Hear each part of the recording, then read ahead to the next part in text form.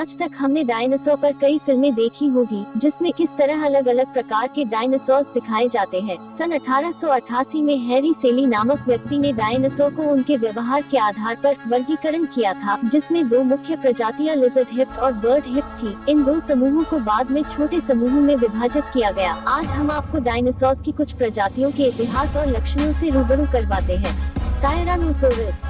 Tyrannosaurus अपने आकार, व्यवहार और लगातार फिल्मों में आने की वजह से सबसे ज्यादा प्रचलित डायनासोर है। इस डायनासोर को टीरेक्स भी कहते हैं। टायरानोसोरस शब्द एक ग्रीक शब्द टायरेंट लिजर्ड से लिया गया है, जबकि रेक्स का अर्थ लैटिन में राजा होता है। इसका मतलब यह छिपकली वंश का राजा था। टायरानोसोरस संसार के उस हिस्से में रहते थे जहाँ पर अभी पश्चिमी दक्षिणी अमेरिका है। टायरानोसोरस दो पैरों पर चलते हैं और अपने विशाल सिर और लंबी भारी पूंछ से अपना संतुलन बनाते थे, जिसमें लगभग 40 कशेरुकाएं होती थी। टायरानोसोरस लंबाई में 13 मीटर तक और वजन 7 टन से भी ज्यादा हो सकता है। टायरानोसोरस की खोपड़ी अकेली 1.5 मीटर लंबी होती है। मांसाहारी डायनासोर में टायरानोसोरस के दांत सबसे बड़े होते थे और उनकी लंबाई दांतों की जड़ से 30 सेमी लंबे होते थे। टायरानोसोरस लगभग 17 किलोमीटर प्रति घंटे से 70 किलोमीटर प्रति घंटे की रफ्तार से दौड़ सकते थे। 1997 में शिकागो के एक संग्रहालय ने 85% तैयार टायरानोसोरस के जीवाश्म कंकाल $76 लाख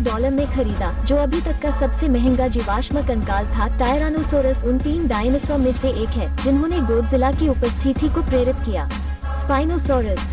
स्पाइनोसोरस का मतलब विशाल पीठ से है, जो उसके पीछे 1.5 मीटर तक लंबाई में बधी हुई होती है। स्पाइनोसोरस आज से 10 करोड़ साल पहले वहाँ रहते थे, जहाँ पर अभी उत्तरी अफ्रीका है। स्पाइनोसोरस का अर्थ स्पाइन लिजर्ड है। स्पाइनोसोरस के जीवाश्म सबसे पहले 1910 में इजिप्ट में मिले थे। स्पाइनोसोरस डायनासोरस से बड़े होते थे और शायद सबसे बड़े मांसाहारी डायनासोर थे। स्पाइनोसोरस की लंबाई लगभग 15 मीटर और वजन 7 से 20 टन के बीच होता था। स्पाइनोसोरस की लंबी और पतली खोपड़ी होती थी। स्पाइनोसोरस वैसे तो 2 पैरों पर चलते थे, लेकिन कभी कभी 4 पैरों से भी झुक सकते थे। स्पाइनोसोरस को जुरासिक पार्क में दिखाया गया है। एलोसोरस।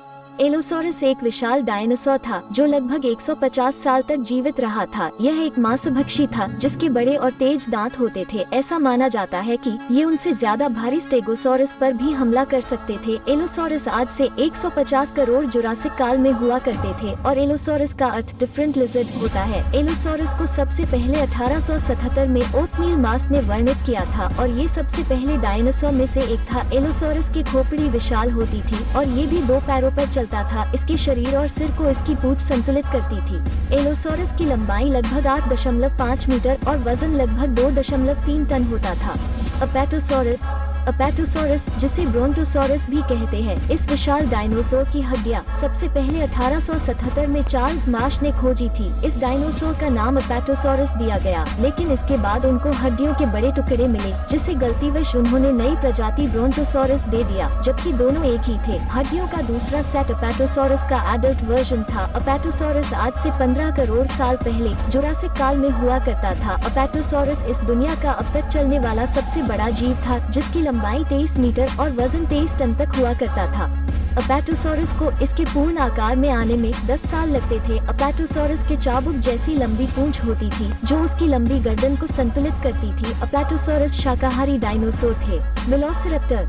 वेलोसिरैप्टर वास्तविकता में उनसे कहीं छोटे होते हैं जितने जुरासिक पार्क में दिखाए गए हैं। वेलोसिरैप्टर का अर्थ स्विफ्ट सीजर होता है, जो आज से 73 लाख साल पहले क्रीटेशियस काल में हुआ करते थे। एक पूर्ण विकसित वेलोसिरैप्टर 2 मीटर लंबे और 0.5 मीटर ऊंचे हो सकते हैं और इनका वजन 15 किलो तक हो सकता है। वेलोसिरैप्टर के लिए ऐसा माना जाता है कि ये अपने शिकार को पीछे के पैरों से डरावने आकार के पंजों से मारते हैं। सबसे पहले वेलोसिरैप्टर का जीवाश्म 1922 में मंगोलियन गोबी मरुस्थल में मिला था। दोस्तों, आपको ये वीडियो अच्छा लगा तो लाइक और कमेंट कीजिए और चैनल को सब्सक्राइब जरूर करें, क्योंकि हर हफ्ते हम इस प्रकार की रहस्यमय और रोमांचक वीडियो अपलोड करते हैं। फिर मिलेंगे नेक्स्ट एपिसोड में, तब तक के लिए नमस्कार।